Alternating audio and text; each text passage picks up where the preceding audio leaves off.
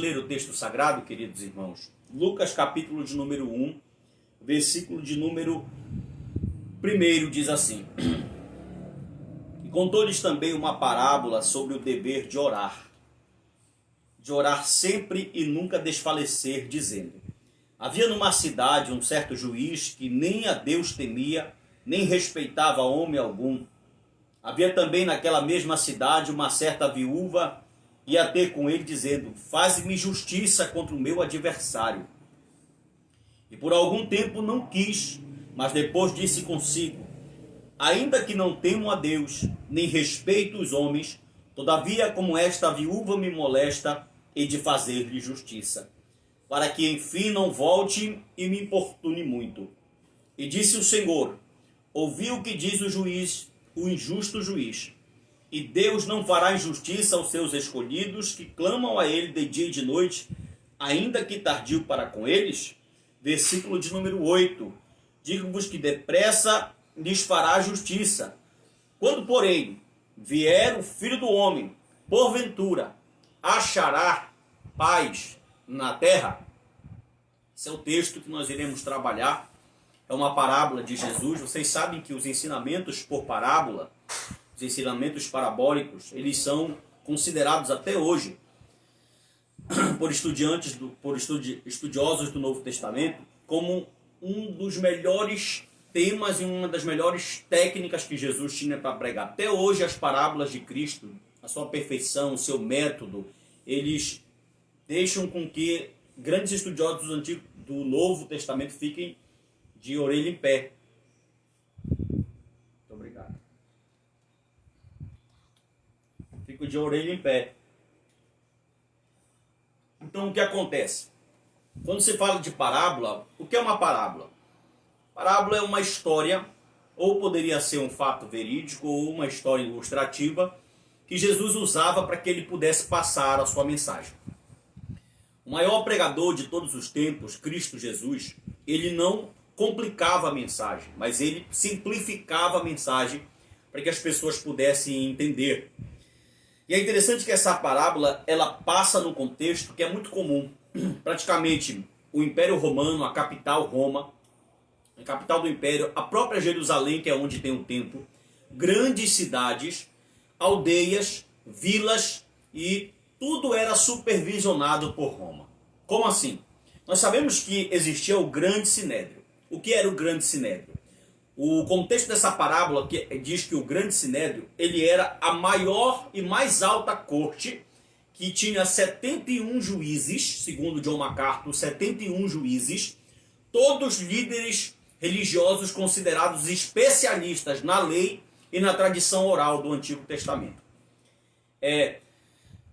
Quando se fala de Sinédrio, esses grandes líderes religiosos, eles tinham um poder muito grande de pegar as pessoas e, através das suas artimanhas, do seu conhecimento bíblico, da maldade, da imoralidade que havia no seu coração, eles conseguiam com que muitas pessoas, escute isso, com que muitas pessoas fizessem aquilo que eles queriam. Fizessem aquilo que eles queriam. Então o que é que acontece? Esse contexto da Palestina do século I é totalmente envolvido. Então a ilustração que Jesus vai falar aqui é uma ilustração que é entendível por pessoas que moram em Jerusalém, por pessoas que moram em grandes cidades e até mesmo por pessoas que moram em vilas. Porque a coisa mais comum no contexto da Palestina do século I é alguém batendo na porta de um juiz para julgar uma causa. Quando se fala de sinédrio, de alta corte, nós sabemos que eles eram líderes religiosos que conseguiam, como eu já disse, manipular as pessoas e até mesmo a força bélica. Mas quando se trata de outra cidade, nós podemos entender que haviam outras cortes também. Como assim? Cortes menores, que eram chamadas de sinédrios inferiores. Por exemplo, quando era considerado uma cidade grande, uma corte inferior, um sinédrio inferior, era constituído de 23 juízes. Enquanto a alta corte, o sinédrio principal, que fica no templo em Jerusalém, ele conta com 71 juízes. Mas quando eu estou numa cidade grande, essa cidade ela é supervisionada, ela é feita justiça, entre aspas, dentro dessa cidade por cerca de 23 juízes, que é chamado de corte ou sinédrio inferior.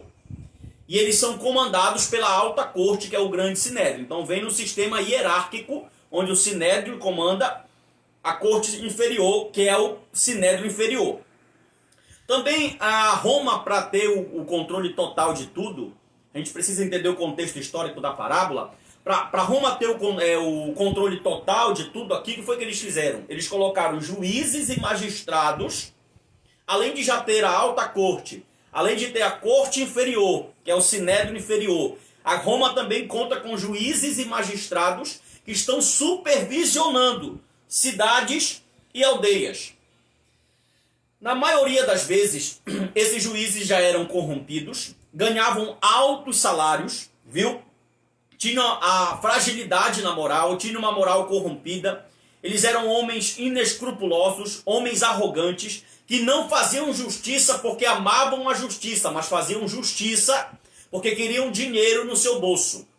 Então a parábola que Lucas vai desenrolar é o contexto que está sendo explicado de uma corte suprema, o sinédrio com 71 juízes, de uma corte inferior, 21 juízes numa cidade grande, e magistrados e juízes tomando conta de vilarejos e aldeias, para que Roma, o império, o imperador, tivesse o controle de tudo. E é nesse contexto que Jesus vai falar da parábola. Na parábola ele vai apresentar um juiz iníquo, isso mesmo, um homem que, segundo o próprio Lucas, não temia nem a Deus e nem aos homens. Um homem que fazia o que queria, um homem que tinha um poder político, um poder religioso talvez, e também um poder executivo na mão, e o judiciário, e ele fazia o que queria. Esse juiz dessa parábola, Lucas é bem enfático em dizer que ele não temia homens, não temia Deus, não temia ninguém. A outra personagem, a outra figura da parábola é uma mulher, uma viúva. É uma viúva que se apresenta, que está com um dilema. E pelo que se parece, pelo enredo da situação e do texto que nós lemos, nós podemos observar na narrativa que a viúva do texto ela é uma mulher sozinha. Com certeza ela não tem marido, não tem filho, não tem nenhum homem na família. Por que eu lhe afirmo isso? Porque na cultura judaica, os tribunais não são figuras para mulheres. Na cultura judaica, as figuras que são assistidas, que são ouvidas no tribunal, são homens.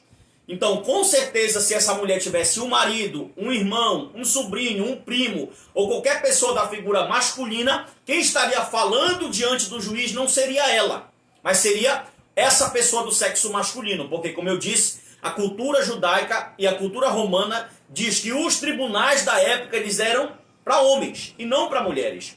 Então, logo a gente observa que a situação dessa mulher em meio a todo o contexto é uma situação de abandono, é uma situação de tristeza. Estima-se que a mulher era sozinha, porque aquela cultura, os tribunais só pertencem a homens. Acompanhe muito bem o desenrolar daquilo que Cristo quer falar. E nesse contexto, já fazendo uma tipologia, porque é uma parábola, essa mulher vai ser a representante dos anônimos, dos pobres, dos humildes de coração, dos desprezados. E Jesus aqui começa falando que ele está falando de oração. Jesus está falando de oração, mas não é apenas uma simples oração, e é sobre isso que eu quero falar com você nessa noite. Então me acompanhe aqui e fique comigo até o final. Vá comigo no desenrolar aí do contexto do século I. Olha o que acontece. Essa mulher sabia que a lei de Moisés, Êxodo capítulo de número 20, versículo de número 22 e até o versículo de número 24, a própria lei de Moisés assegura que todo o povo teria que ter cuidado com as viúvas.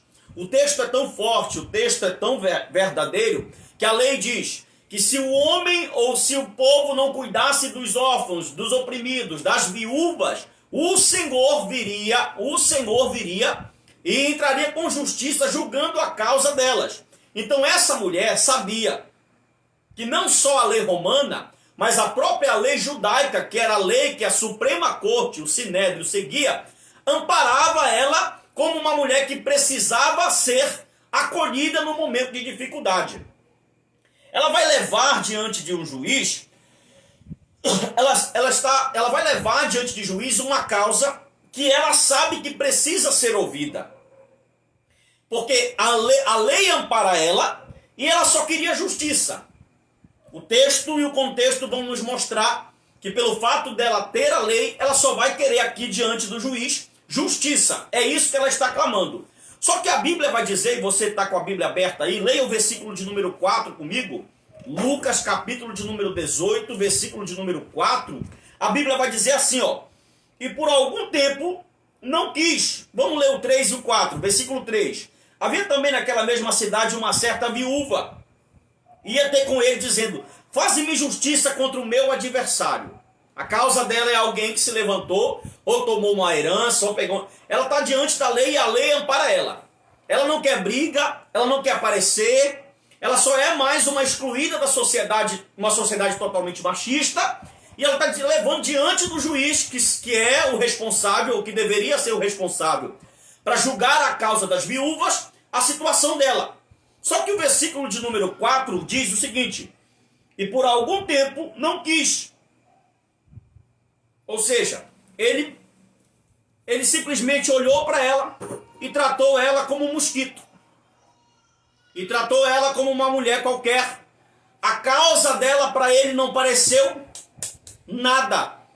O que ela colocou como problema para ele foi tão banal aos olhos do juiz que ele disse assim, olha, eu não vou atender. E é interessante, preste atenção, é interessante que o texto começa e Lucas vai enfatizar dizendo que esse juiz, ele não temia nem a Deus e nem aos homens.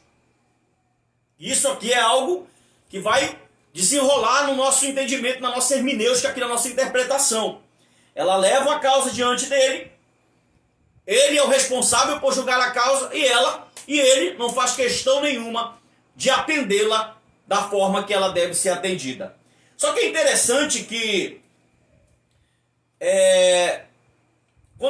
a esperança dessa mulher, como toda viúva que tinha a lei ao seu favor, e os juízes, esperando ela com que os juízes pudessem cumprir aquilo que a lei mandava,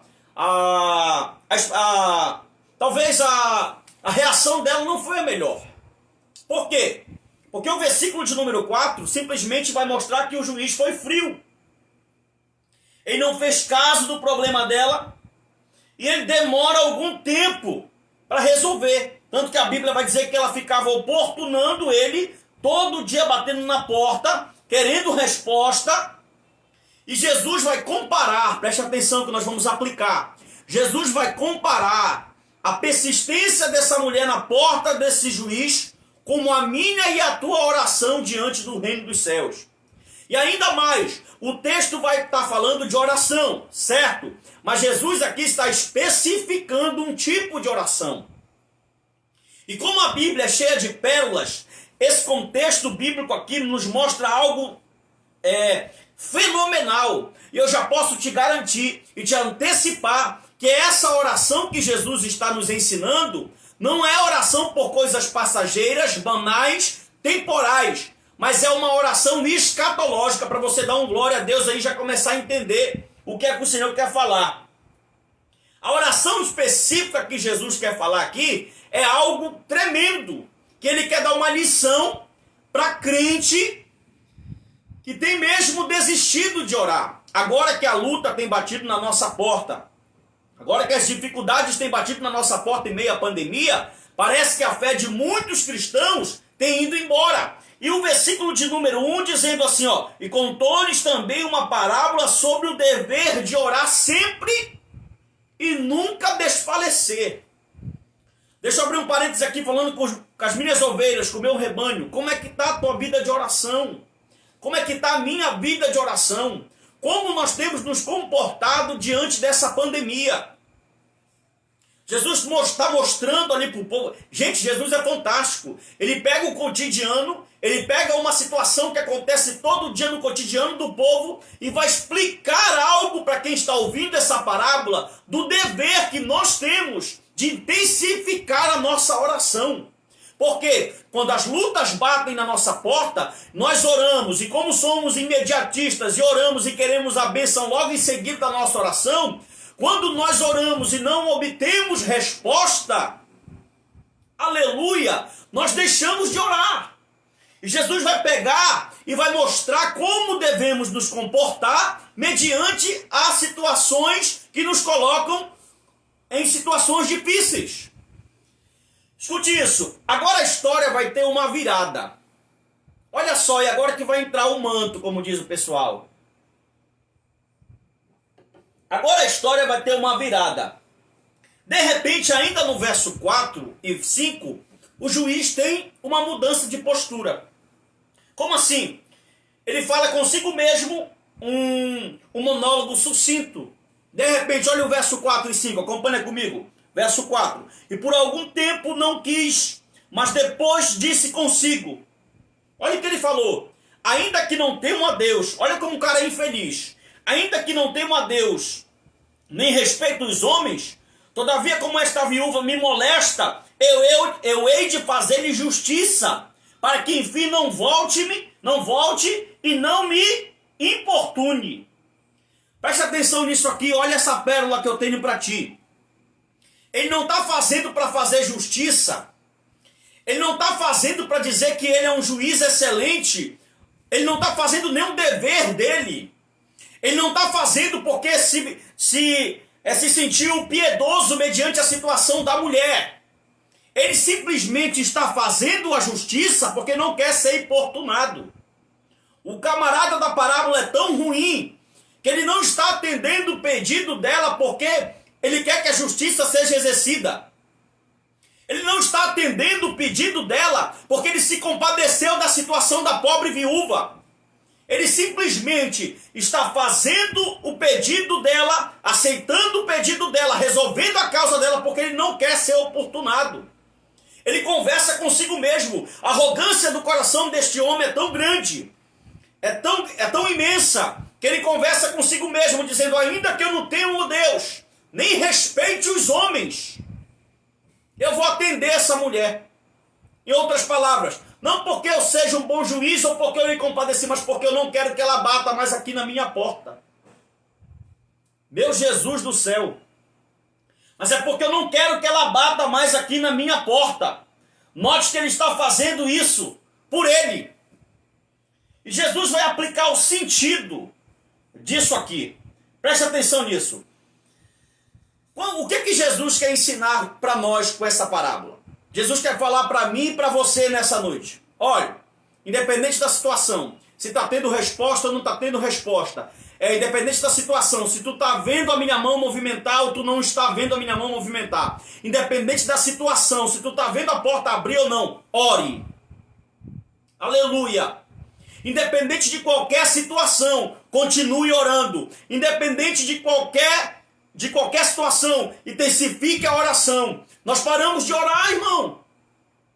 Esse texto vem hoje limpar a nossa alma, a nossa vida. Esse texto hoje vem limpar porque nós paramos de orar na pandemia. Nós estamos só descansando. Nós estamos, parece que só vigiando. Jesus está dizendo hoje para você, crente, que me assiste, volta a orar, volta a bater na porta do juiz, volta a intensificar. Ei, uma hora o céu vai te ouvir. E se a tua oração está dentro do propósito do céu, ela vai ser respondida. Jesus queria ensinar aqui para os discípulos, olha, eu estou falando de uma oração, eu estou falando para vocês, oportune o céu, batam na porta do céu, pedi, dá-se-vos-á, batei, a porta vai se abrir, buscai e encontrarei. Qual é o filho?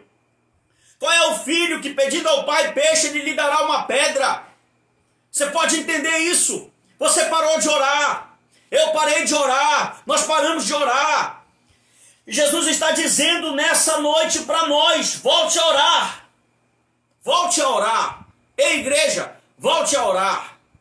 Agora preste atenção, que é aqui que vai entrar a revelação que eu tenho para você nessa noite.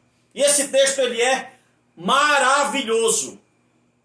Esse texto ele é maravilhoso. Por exemplo, Jesus está falando claramente para que a gente continue oração sem cessar. Mas como eu disse no começo da mensagem, ele está falando de um tipo de oração específica. Como, pastor? Está com a Bíblia aberta? Jesus é pregador expositivo. E ele não prega texto sem contexto.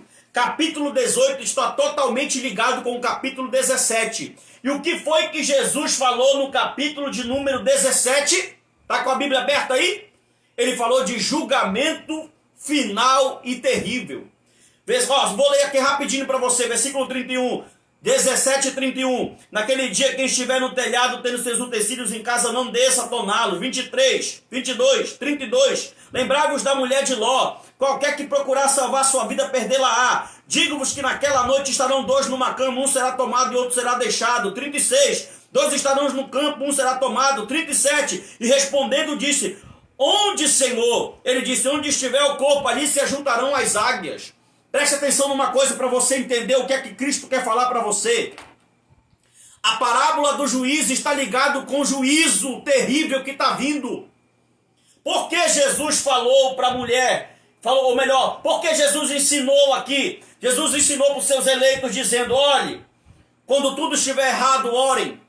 Quando tudo estiver acontecendo do jeito que vocês não querem, orem. Quando a pandemia estiver na casa de vocês, na rua de vocês, no país de vocês, orem. Por quê? Porque a oração que Jesus está ensinando aqui é uma oração escatológica. Como assim? Jesus está ensinando que nós devemos orar pedindo a volta dele. Versículo de número, Lucas 18, versículo de número 6. Olha o que ele diz. E disse o Senhor: ouvi o que diz o injusto juiz. Ele está dizendo assim: se um juiz que é injusto, que fazia o que queria, ou que achava que fazia o que queria, respondia quem queria, obedecia quem queria, conseguiu resolver a causa da mulher, imagine eu que sou um justo juiz. Aleluia! É isso que Jesus está dizendo. Ele está intensificando para os seus discípulos, dizendo: oremos, oremos, oremos e oremos. Nós deixamos de orar. Ele diz: se o justo juiz, o iníquo juiz, ouviu o que diz o injusto juiz, aí ele fala no 7, Deus não fará justiça aos seus escolhidos que clamam a ele de dia e de noite, ainda que seja tardio para com eles? Olha que coisa linda tem dentro desse texto aqui. A Bíblia ela é fantástica, irmão. O juiz demorava, o juiz iníquo, o juiz mau da parábola demorava porque ele era ruim, porque ele não queria atender, ele não queria resolver o problema. Mas o justo juiz, Deus, é tardio porque ele é misericordioso. Aleluia! Você pode dar glória a Deus aí? O juiz não resolvia a causa da mulher ou da parábola porque ele era mau, porque ele era um homem sem moral. Mas o justo juiz está tardando, porque ele tem pessoas para salvar dentro da tua casa. Tardando no bom sentido, porque ele não retarda, ele não falha, ele age na hora certa. Mas ele tarda porque ele é misericordioso. Aleluia! Exaltado é o nome do Senhor Jesus. Se o juiz que é ímpio, iníquo, consegue se arrepender pela insistência de uma mulher, Jesus está falando para nós crentes, que sabemos que temos a oração. Se esse homem que é um homem limitado conseguiu resolver a mãe, ainda mais vocês, que são crentes, que são eleitos, que são separados antes da fundação do mundo. Se vocês orarem, Deus está falando para a igreja nessa noite, se vocês voltarem a orar, eu vou fazer coisas grandes, porque eu escuto a oração de um justo, de um santo, de um servo, de um eleito. Glória! Jesus está ensinando, o juiz iníquo adia porque é ruim, mas o justo juiz adia porque ele é misericordioso. Aleluia! O que Jesus está ensinando na parábola não é para você orar para carro, não é para você orar para casa, não é para você orar para Deus mudar a tua condição financeira. Ele ensina uma oração escatológica. Eles dizem: orem, batam na porta do céu, dizendo: Maranata, peçam para o meu Pai para me voltar, peçam para o meu Pai para me voltar, orem pedindo a minha volta, orem pedindo o meu retorno.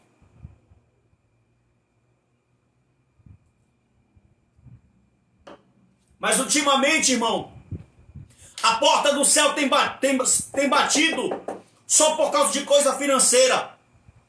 A porta do céu tem batido só pelo desejo do teu umbigo. A porta do céu tem batido só por coisas materiais. A igreja esqueceu de orar Maranata.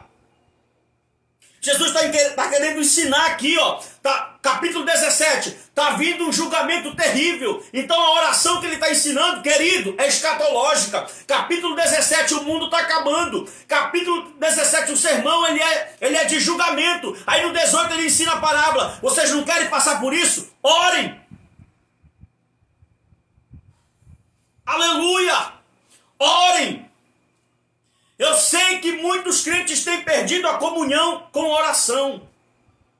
Ainda no capítulo 18, para a gente concluir. Meu Jesus, capítulo de número 18, versículo de número 8. Aí olha como ele termina, o último versículo da parábola. Último versículo da parábola. Capítulo 18, verso 8. Digo-vos que depressa lhes fará justiça. Jesus está dizendo: orem, que eu vou fazer justiça. E ele continua dizendo assim: quando, porém, vier o Filho do Homem, porventura, achará fé na terra? Como está a tua fé em tempo de pandemia? O que Lucas está dizendo aqui: quando, porém, vier o Filho do Homem, uma multidão de gente que se diz cristão. Está aí, irmão. Estão negando a fé, estão abandonando a carreira, estão largando o evangelho, estão se prostituindo, estão se declarando homossexual, estão fazendo a vontade da sua carne. Quando voltar o Filho do Homem, porque ele vai voltar, achará fé na terra. E você que se diz cristão, como é que está a tua fé em tempo de pandemia? Como é que está a tua oração em tempo de pandemia? Como é que está a tua comunhão? Isso tudo veio para mostrar quem é e quem não é. Nós estávamos acostumados, escute isso. Nós estávamos acostumados, irmão, a se reunir quarta, terça, quinta, domingo num templo. Isso não... Nós estávamos acostumados a ser frequentadores de igreja. Jesus fechou a porta das igrejas para saber se nós queremos Ele verdadeiramente. Jesus permitiu que as portas das igrejas fechassem para saber se nós vamos ter comunhão com Ele dentro da nossa casa, para saber se nós vamos ler a Bíblia dentro da nossa casa, para saber se nós vamos continuar dando testemunho, porque quando o Filho do Homem voltar, Ele precisa ver fé na terra. E ele disse, ele pega um exemplo claro de uma mulher que bateu na porta. Ela ia lá aquele dia, o juiz não atendia. Ela diz: amanhã eu volto de novo. No próximo dia ela voltava lá, batia na porta dele, ele não atendia. Ela diz: amanhã eu volto de novo. Na próxima semana ela ia, passou um tempo, o texto diz que passou um tempo para ela ser atendida. Mas quanto mais ela não era atendida, mais ela intensificava a oração, mais ela intensificava a sua ida na porta daquele juiz. Jesus está dizendo para nós: crente vive da fé, crente vive pela fé. Não tem igreja, não tem pastor Narciso mais, não tem, só tem aqui na live agora, meu irmão, não tem mais culto congregacional. Não tem mais culto coletivo, não tem escola bíblica coletiva. Agora é você e a sua casa, é você e a sua família. Você precisa ser sacerdote dentro da sua casa. Eu preciso ser sacerdote dentro da minha casa. Eu preciso orar a Deus, você precisa orar a Deus. Eu preciso buscar a Deus, você precisa buscar a Deus. Jesus está dizendo: olha, já passou 40 e poucos dias, 50 dias. Os crentes estão orando e Deus não está fazendo nada. Aparentemente, Deus está dizendo: continua orando. Ô glória! Continua orando. A palavra de Deus é essa nessa noite. A palavra de Deus é essa nessa noite. Continua orando. Bate na porta. Se o juiz que não é crente ouviu, ainda mais eu, versículo de número 7. E Deus não fará justiça aos seus escolhidos que clamam a Ele de dia e de noite. Deus vai ouvir nossa oração, irmão. Deus vai ouvir nossa oração. Os crentes só oraram no primeiro dia de pandemia, muitos deles.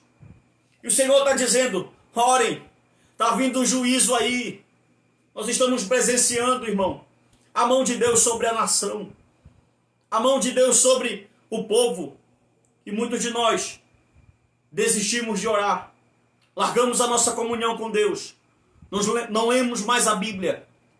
Não falamos mais de Jesus. Estão alguns dando mau testemunho. Outros deixaram de ser crente. Outros estão bebendo. Outros assumiram pecados ocultos. Mas Deus está dizendo para crentes nessa noite. Deus está dizendo para pessoas salvas nessa noite. Continue orando. Intensifique a oração. Culto doméstico com a tua família. Culto doméstico na tua casa. Culto à noite. Tire um tempo para a meditação da palavra. Esse momento é o momento oportuno que nós temos para ser crente verdadeiramente. Deus abençoe tua casa, tua família. Deus abençoe que quando Cristo voltar, Ele possa encontrar paz na terra.